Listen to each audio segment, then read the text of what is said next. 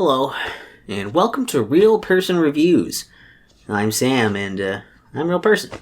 And today I want to talk to you about Mulaka. This is a game that's, I believe, on multiple platforms, but I played it on Xbox One. I actually got it for free with the Xbox Live Games with Gold thing. So, bear that in mind. I don't think I have a whole lot of preamble for this, other than it was just a random thing that was like, oh, that's kind of neat, I'll play that. And, yeah, so if you want to see the written reviews, I'll link that in the description. You can look at that before or after instead of the video one, whatever, or stick around here and listen to me say things with my face towards your ears. Yeah.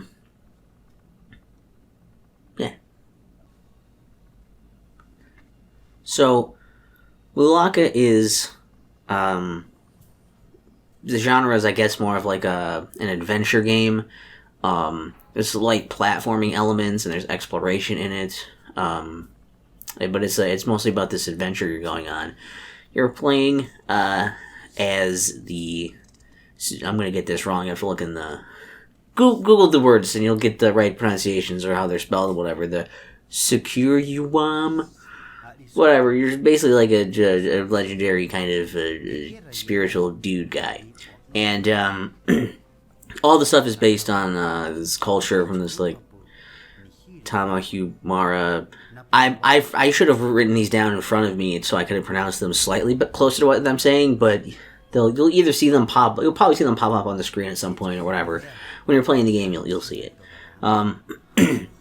I know nothing about the mythology here and the culture and the region based on like this somewhere in like Mexican like desert, I believe. So I was like, I don't know shit about this. But the story kind of centers around you being you're like a chosen one, you're a legendary person. There's only like I think there's usually like one person like that every so often, and so you have like these extra spiritual abilities. On top of being a very, righteous and physically fit person with your spirituality and whatnot. And you do a lot of, basic stuff like you run around, you jump, you attack things, you have like a light attack, a heavy attack, you have combos with those, you can run, do running attacks, you can dodge, and you have this like spirit vision you can use to see waypoints and other important things. You can see stuff that can't be seen to the naked eye by most people. That runs on like a little, basically like a spirit meter, like a magic meter type thing that replenishes itself when you're not using that. You can also throw your spear because you have a spear as a weapon, and you can throw that and you have to wait for that to come back. You learn a lot of these basics early on of how you're playing, what you're doing. And the main idea here is that basically the overarching plot is that, like, okay, so like there's this evil presence, this corruption that is spreading across the land, and you have to try and defeat it in the name of good, so people stop suffering and what have you, because that's bad. And then you along the way, essentially, you have to gather the help, the favor of the land's demigods in order to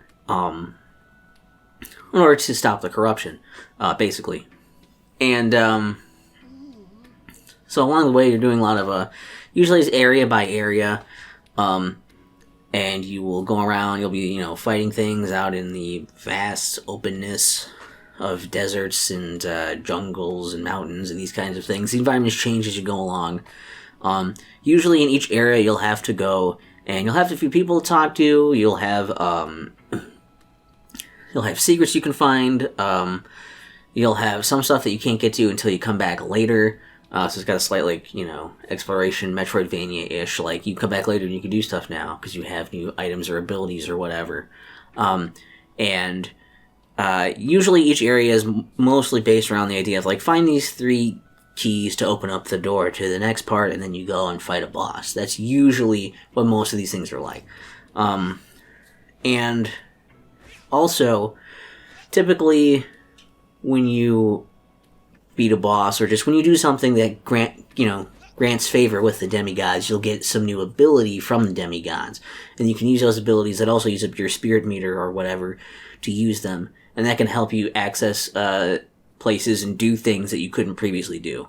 And the other way you're progressing with that is that you can you'll learn how to make these potions by collecting certain plants that grow in specific spots in the world.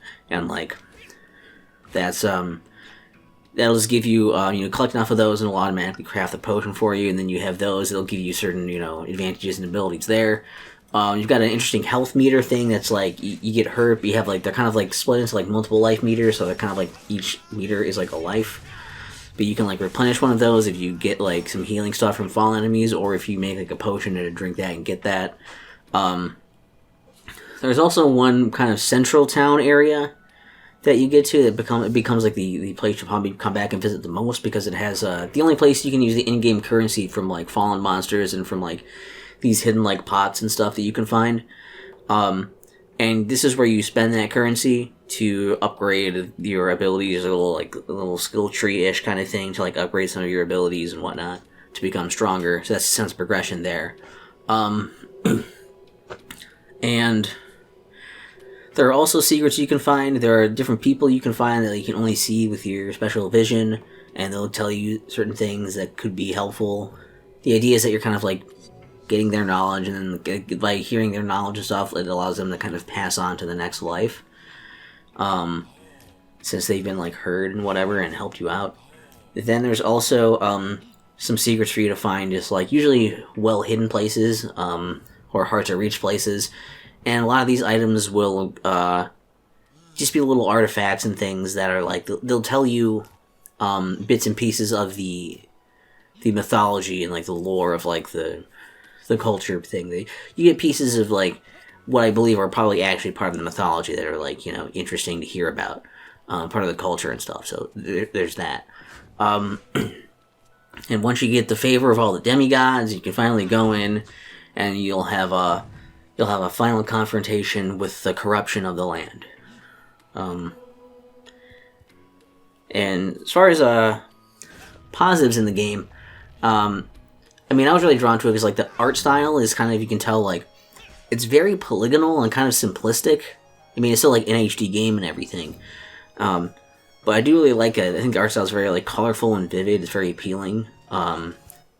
Even when there's a lot of stretches of like similar looking stuff, like you might see in a desert or something, it still manages to have things look really like interesting. Like creature designs are kind of interesting.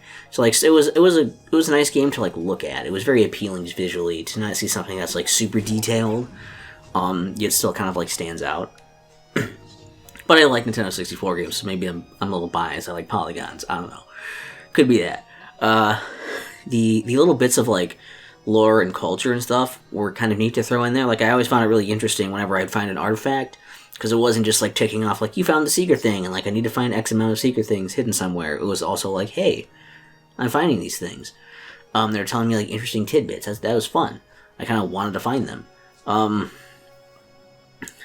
And I think it's kind of nice that it kind of harkens back to like sort of somewhat older designs of like, here's your level, here's your area. It's not all one big connected world. It's supposed to kind of feel like it, but you're really going from level to level. And like there's this many things to do in like this area. This is your big playground to go find things and do things, explore and whatever, fight and platform and all that good stuff. And actually, I was kind of drawn to it also because it has like slight like Breath of the Wild vibes, sort of. And then like, oh yeah, you start off, you're just going around exploring, trying to find these different things, and like I kind of felt like it was trying to take vibes from there. Maybe that's just me. I don't know when the game originally came out, so maybe it came out before that. I don't know, but like I get little like hints of that there. And it's not too long, it's not too short. I think it's a nice length of like, hey, you can go in, you can do some stuff, and like there's good points you can pick to like stop playing. There's like the cool like going back and finding other stuff later, and that's kind of interesting. But then there's also like, it's not so long of a game that you pick this up and like, okay, I'm gonna be playing this game for like a whole, this is gonna be like months of me playing. Like you probably beat this game fairly quickly if you're enjoying it and just picking up and playing some of it. Do a section a day or something, you'll get it done pretty quick.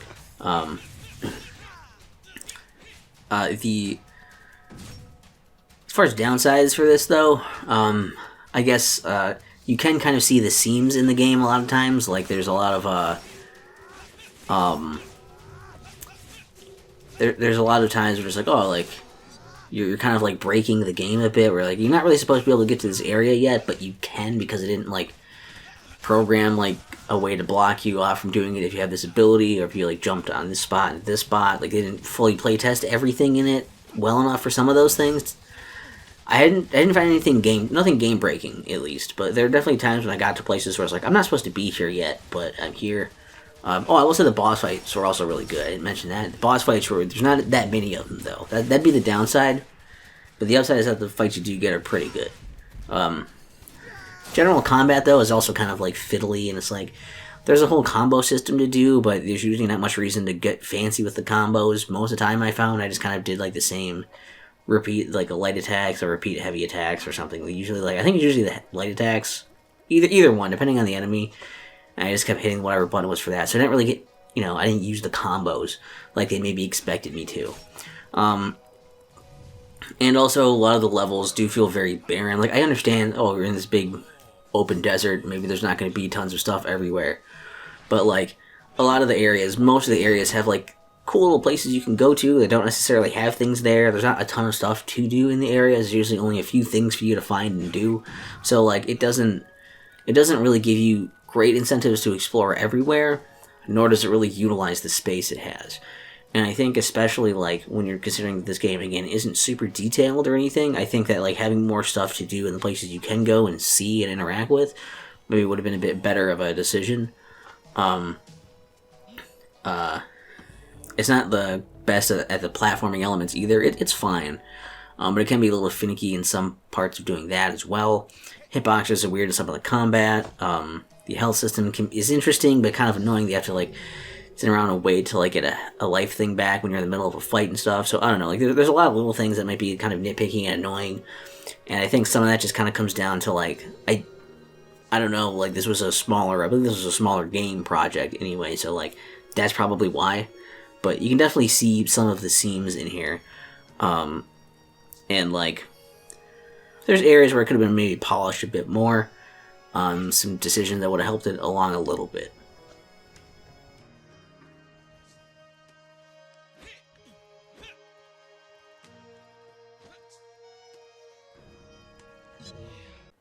Overall, though, I think Mulaka was a pretty fun time. It was a game to play that's like, hey, I want to play more stuff. On my Xbox One, I was doing no Nintendo November, so I was like, well, I'm going to play stuff on my Xbox more, and so I played this. Because I had it, it looked interesting, and I was like, yeah, I'll give it a try.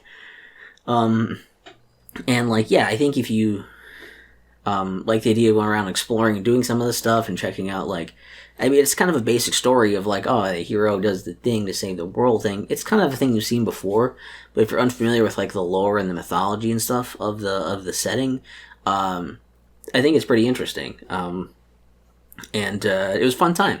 I don't know, I would, especially for free, but I think, if you're paying, $10-15 for this, it's not a bad time. It's a game that you can play through and you can beat. It's not going to take up your entire life, but you're not going to be done with it in, like, one sitting, and, I guess really it probably just appeals to me because a lot of aspects remind me of things that I like. It reminds me of, like, simplistic, more, like, polygonal N64 type visuals, very colorful. It's got some like Zelda exploration kind of vibes going on in it.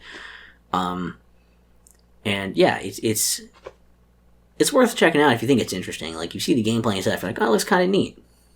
Why not give it a shot? It's something different. It's not a big name thing. It might be fun. You might like it. And like I said, I think it's also like on Steam as well. I don't know all the platforms it's on, but I know it's on Xbox One and I believe on Steam, so you at least check there. And yeah, is any other stuff you want to leave in the comments if you've played this? Definitely tell me.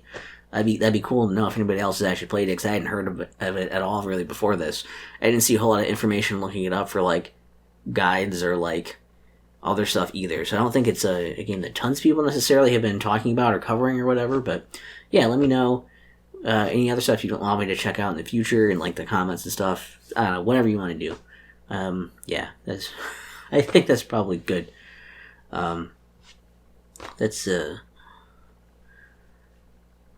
boy, I'm still like just as good at not knowing how to end reviews as I was the last time recording these months ago. So that's good.